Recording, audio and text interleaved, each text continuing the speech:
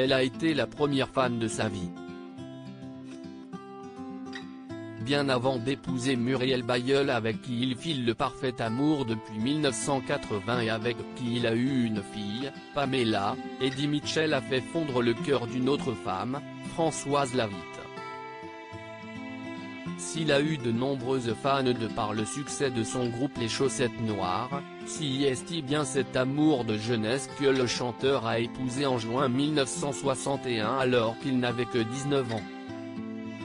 Ensemble, ils se sont installés à Noisy-le-Sec, en région parisienne, où ils ont accueilli leur premier enfant l'année suivante, Eddie Moine.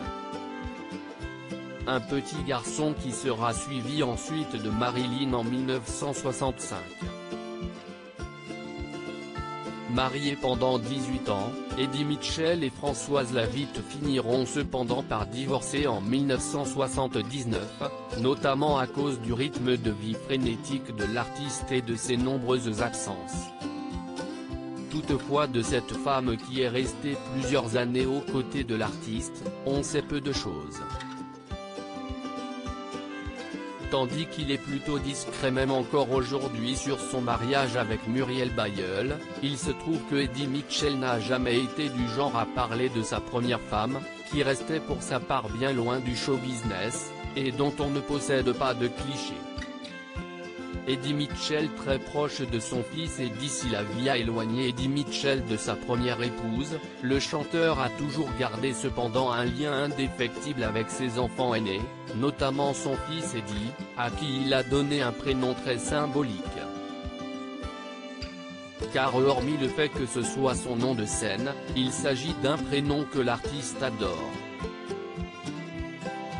J'ai toujours rêvé qu'il y ait un Eddie dans la famille.